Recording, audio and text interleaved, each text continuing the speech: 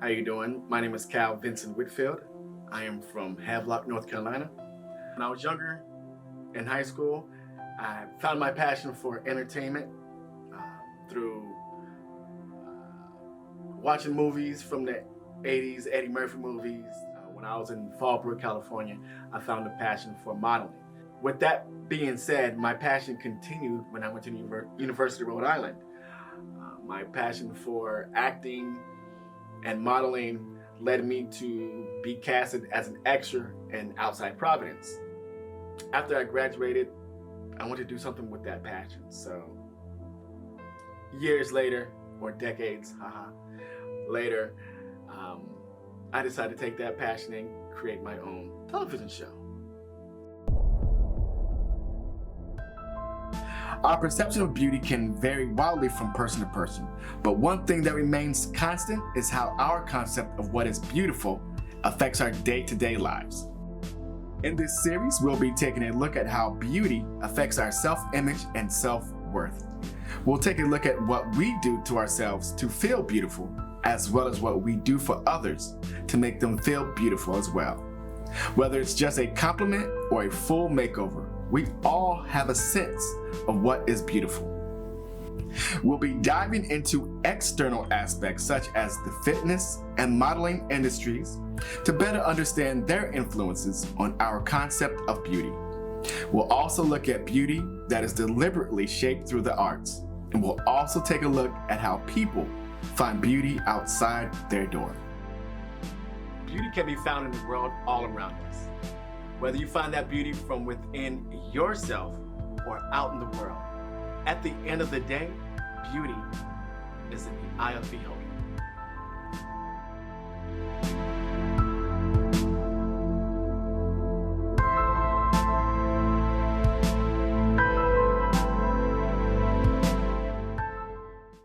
Ladies and gentlemen, welcome to Cal TV. I am your host, Cal Whitfield. Today we are discussing the topic of beauty in regards to the modeling industry. And today I have a special guest, my best friend who was once a former model. Her name is Marie Siliezar. I hope I got that right. Thank you for joining me. I have a couple of questions for you, if you don't mind me asking you. My first question is for you today is, what inspired you to become a model? Oh, I think growing up, it was, one of those dreams that you see on TV and it looks fun and exciting, and it encompassed all the things, hair, makeup, fashion, clothes. So those are kind of things when you're young, you think are so exciting and fun. And when I got older and it kind of fell in my lap a little bit, just ran with it and had a lot of fun. It was more of, I'm a social person, so it was more of a chance to kind of network and hang out and have fun and have some exciting experiences. So it just kind of evolved, and it was kind of a childhood dream that came true at the time. I like that. Well, when you were starting out, I should say, as a model, were you having trouble finding a reputable agency? And if so, did they give you the runaround, or did you not have to go through those trials and tribulations as a young model?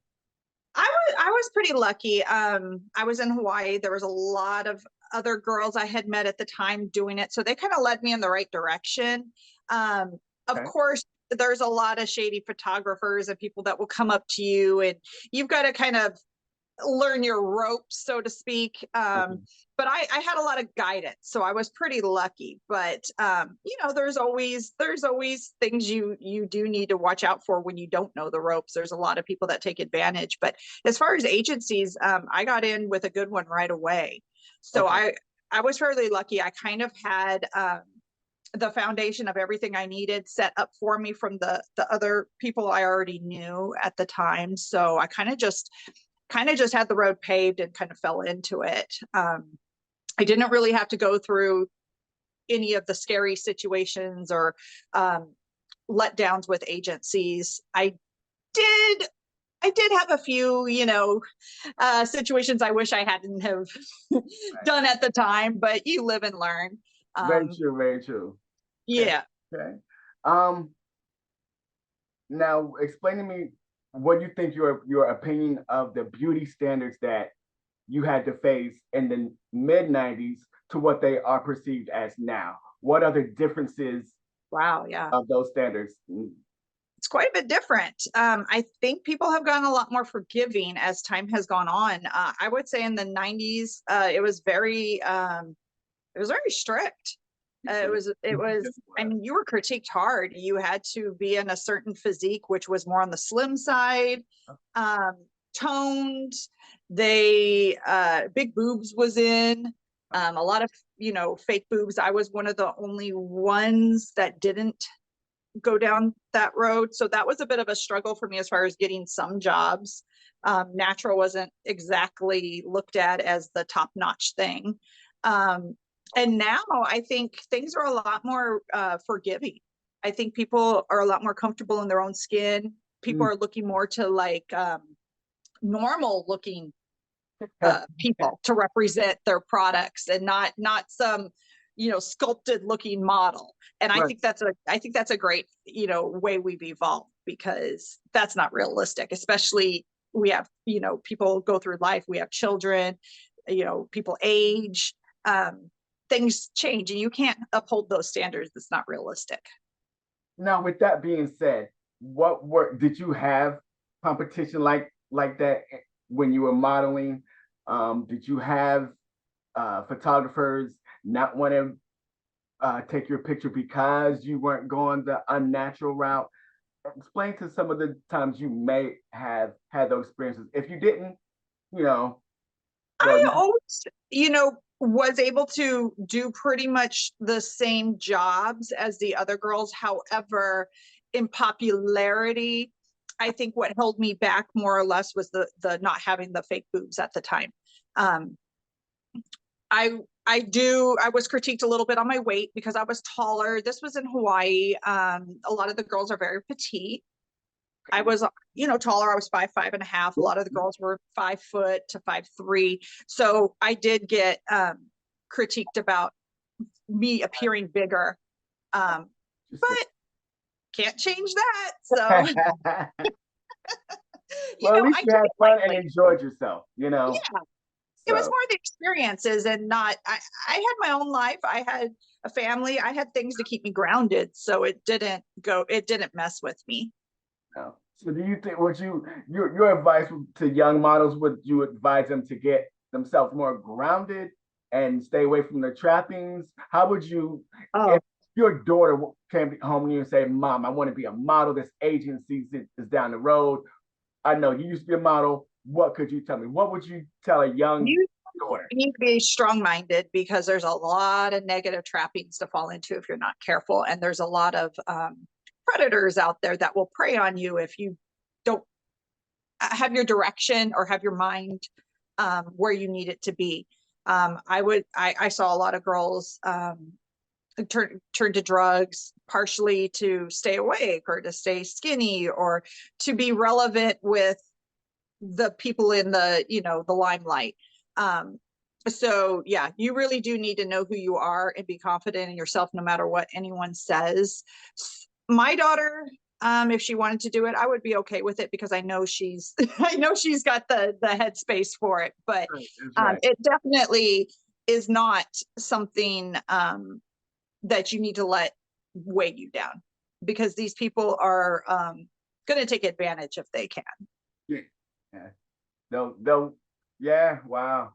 Well, I'm definitely sorry you had to, I'm lucky in a sense that you didn't go down that road. So I'm very, very lucky. Well, you can take the best out of it, and that's hopefully what I tried to do. Now, the fun out of it. Now explain to us some of the gigs that you did get when you were a model. Like what type of photo shoots, I guess I would say, did you have as a young female model? Well, I started off dabbling a little bit in doing photo shoots and photography. I was doing just generalized fashion photo shoots and bikini photo shoots. This was Hawaii, so everything was geared around beaches and swimwear. Um, Wow. Okay. Okay. yeah, and then it kind of evolved from there. I got lucky enough to work on both seasons of Baywatch Hawaii. Got to wear the lifeguard Way. suit, which was that was a lot of fun. Yeah.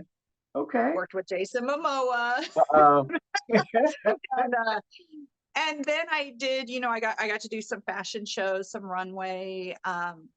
It kind of just spawned out into I did some radio shows. I did calendars, posters, live events. I worked with the Pro Bowl. The official Pro Bowl would come to Hawaii, and they would have an official tailgate party, and there would be a theme every year. So we were kind of the hired talent to be, the theme of whatever the theme was that year, and to take photos with the guests that came. And I also got, worked a lot with the Pro Bowl players for night events.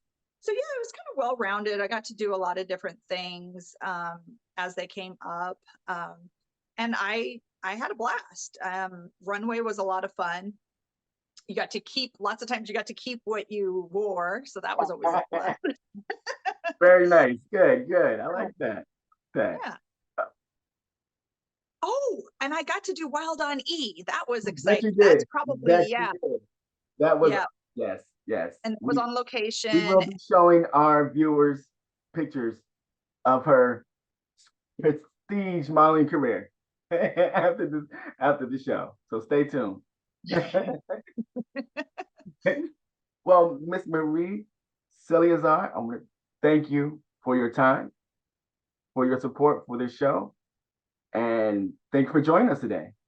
Well, I appreciate it, my bestie. I appreciate it as well. So, thank you so much. And folks, stay tuned. Our next guest will be Mr. Danny Casler, who was also a model as well. And he'll be describing to us about his experiences as a model as well. So stay tuned for that on Cal TV. Okay, ladies and gentlemen, welcome back to Cal TV. I am your host, Cal Whitfield. Today we have a special guest. His name is Danny Casler. He is a multi-talented individual. Good afternoon, sir. Thank you again for helping me with this, Mr. Casler.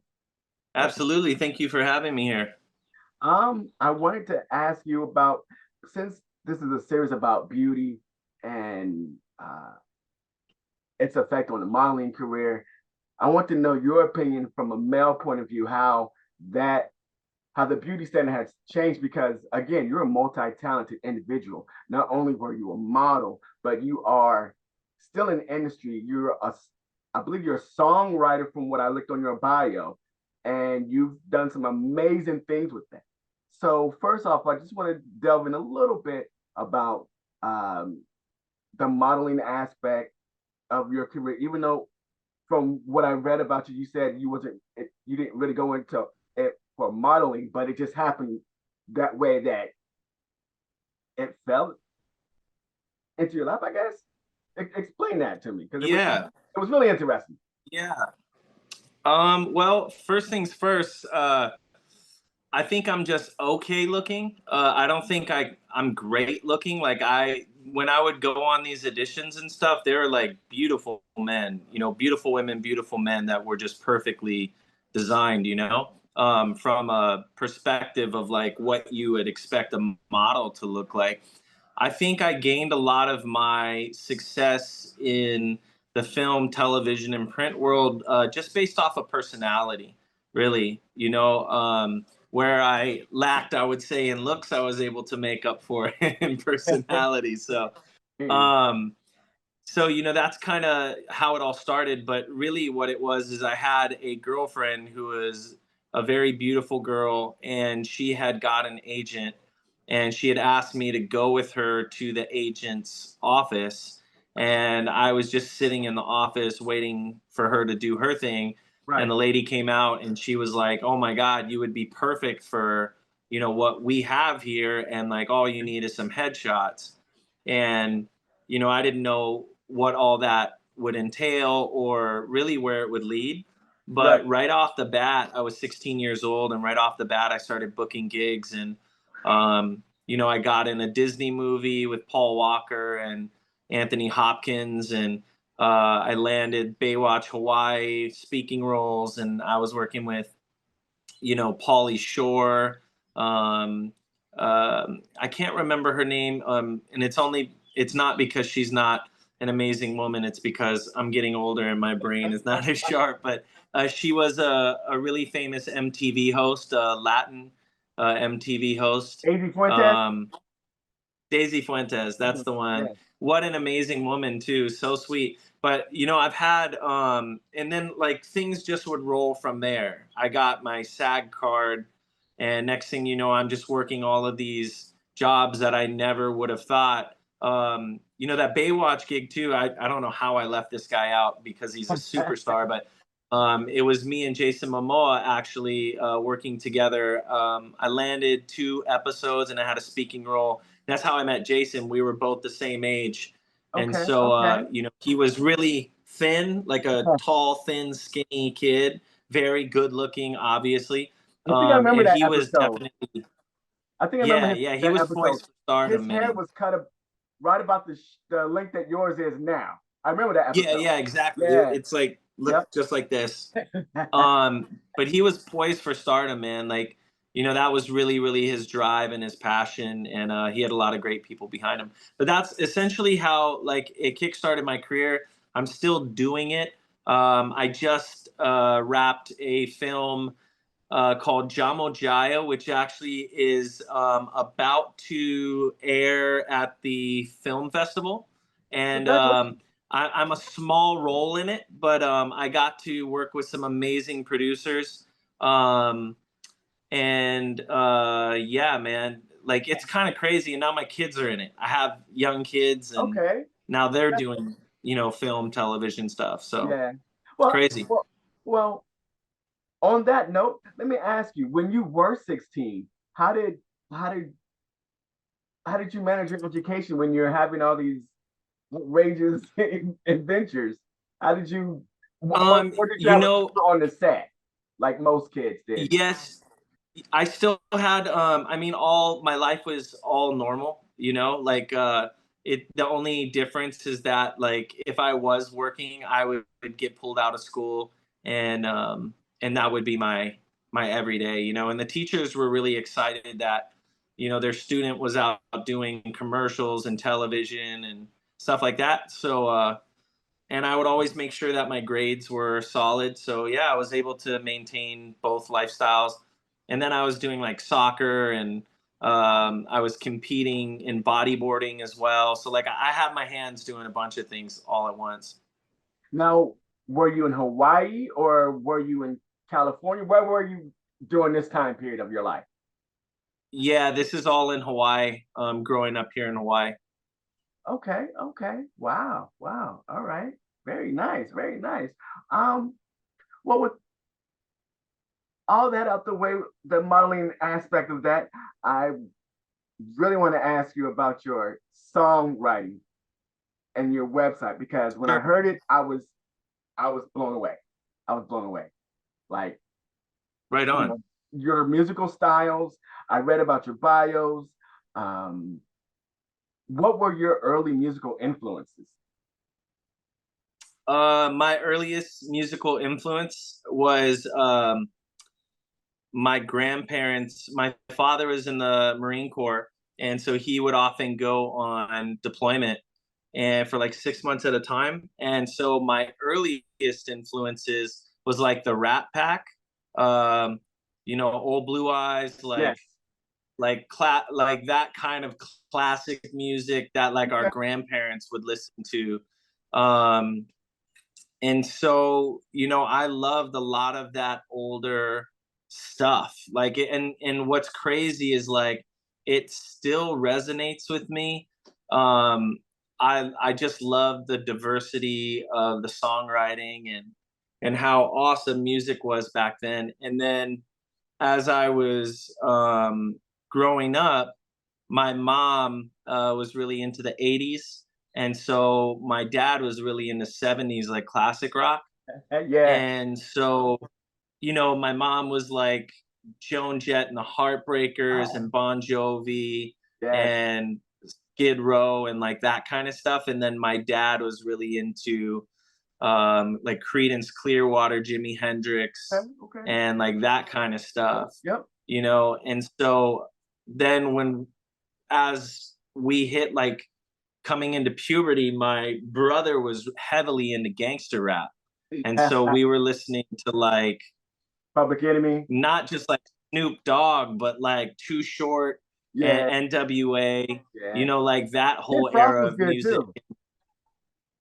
Oh yeah, man. And like Mob Deep and all of that. And Yep. so Yep. like I really resonated, like I think most urban white kids did. We resonated with Okay. that Okay. culture and the lyrics. And it was a life that none of us really knew, but like we just felt it, you know? Yeah. And then when I got into my teenage years is when I discovered punk rock. Okay. And Okay. punk rock felt to me like gangster rap because you had Yeah. two cultures that were pissed off at a system. Like Right. punk rock was really about people, you know, being pissed off at government and police and like that stuff. And I resonated with punk rock because I think my earlier leanings into gangster rap had a very similar message. Right. And when you're young and you're easily impressionable, you know, you're just like, I don't know, this sounds angry and I don't know why I'm angry, but I feel angry and I'm just vibing with it. But yeah, I was able to take really all of those different music styles. And because of that, you know, I was able to travel the world as a musician and then work with other musicians and songwriters in all different genres, from hip hop to pop to rock, reggae. I've Wow. written in every single genre. And I think that is really, it's a blessing because I was so diversified Hmm. in what I was raised with. And of course, like R&B, man, like Yeah. Belle Biv DeVoe, you know, like all of that. Like that stuff too is what really, I would say that was some of um my biggest motivations, because to me harmony is one Okay, of I the see what most you're saying. amazing aspects of music. So Yeah. like if you listen to any of my albums, you're going to see 3 to 5 harmonies on every song, and that is really, that boiled down to that whole Motown era um of R&B, and then even pop. Like I love, the reason why I love bands like NSYNC and Backstreet Boys is because they can take 5 guys, create 5 harmonies that are all in one like melodic And blend uniform it. Yep. sound. Yep. Yep, and they got that from Motown. So yeah, it's that's pretty a long-winded thing, but that's really how like all my music and everything came to be. Well, I've listened to some of your stuff. The song "Pearls" by the band Light Sleeper. Did I say that right? Yeah, that's one of the tracks that we actually, you know what's funny about that? We wrote that song in 5 minutes and it was done for a project in Louisiana to save, it was background music that was designed to save the oyster farms in the Oh, after the hurricane that you guys had. They wanted to reintroduce oysters, and we got hired to create a song. And so that song Pearl was basically like, hey, we got to write a song about oysters. I mean, And what I so got that's, from "Pearls" was, it, I think it was a lyric or maybe my own interpretation. Seeing through the choices and chances people are given. I don't know if that was a lyric or what I got after listening to it. I mean, yeah. for trying to save an oyster farm and you wrote it in 5 minutes, that's not a bad damn song. Not a bad song. Yeah, I mean, it's kind of funny when you talk about like what it was written for. But anytime I write something, I try and make sure that the lyrics can come across, whether you're saving an oyster farm or I want it to resonate on a deeper level, so that as you're listening to that, you can form your own opinion of whether you think it's for an oyster farm or, you know, a relationship or God or whatever. And that and the second part, what you said, relationship, is what I got out of it, what I thought about when I heard it, and I was like, wow, this really, I mean, for what you wrote in 5 minutes is, put it this way, you have to teach me how to write something good like that in 5 minutes. Hey, bro, I think honestly, stuff like that I think is a God thing, man. For me, at least, it's like you know, there are days when I can't even formulate a sentence, and then there are days when it's almost like it was downloaded. Boom, it's right there, and it's like the inspiration comes. Now it's time to create. Well, out of all the experiences that you have, are you passing it down to your kids in the right way? Oh yeah. As a parent, as a father, as a musician, as an entertainer, what are the trappings that you're trying to keep your kids from getting into? Because you've had an extraordinary career and you're still doing well for yourself. How are you keeping your kids from going down a road when you're not there with them? Like when they get older and they're still in the business and you're not around them, what are you teaching them for today for tomorrow? If that makes sense. Yeah, I mean, for me, I want my kids to, as they're young, I want them to explore whatever it is that makes them happy. And then, you know, when I find and see their passions, I nurture that. You know, I often tell people, you know, there's no manual with kids, and it's real easy to get upset when they're banging pans. You know, they're 3 years old, they're banging pans and they're making noise and they're drawing on the walls and stuff. And it's really easy as an adult to get upset with that and want to stop that. But in the long, you know, the grand scheme of thing, and the long play for me is like, I want to allow my children to explore their creativity, even if it irritates the hell out of me. I want them to discover on their own. And, you know, and through that, I have noticed me singing a lot. My daughter has an incredible singing voice, and she always has from a very young age. But what really fascinated me is that she knows pitch, she knows how to be on key, she can do vocal melody. Nice. And she's a very young kid. And one thing I was doing, I was singing into the belly through the whole 9 months. I was singing scales. Oh, And wow. so I Okay. do believe that that played a role, because she was hearing it and she Right. was taking it in. And then when she was able to verbally communicate, that's when she really started singing. And that's pretty amazing to me. And now my son, he's only 3, but his personality and all of that is unfolding. So as they get into their older age, my job now is just to teach them how to be great people, to be humble, to be grateful, and to give back. And I think that those things will be, you know, traits that they carry on as they become older people. And at that point, you know, their decisions are going to be their own, but my job will be there to just reinforce the good ones, you know? Wow. I could sit here and talk to you for days and and just talk your ear off. But Mr. Casler, I definitely thank you for your support. I thank you for taking your time out from Yeah, absolutely. from everything you got going on in your life, from your modeling, your music, your farm animals, from your kids to your family. I understand it. I understand it all. I mean, I don't have kids or half of that, but I'm working on it. I'm working on it. But I thank you for your support. I thank you for your time. And ladies and gentlemen, once again, the talented, multi-talented father, husband, entertainer, this all-around great guy, Mr. Danny Casler. Mr. Danny Casler, thank you very much again for your time, sir. I appreciate every bit. Thank you as well. Have a good one. Take care, man. God bless. God bless you, sir. You and your family. Thank you.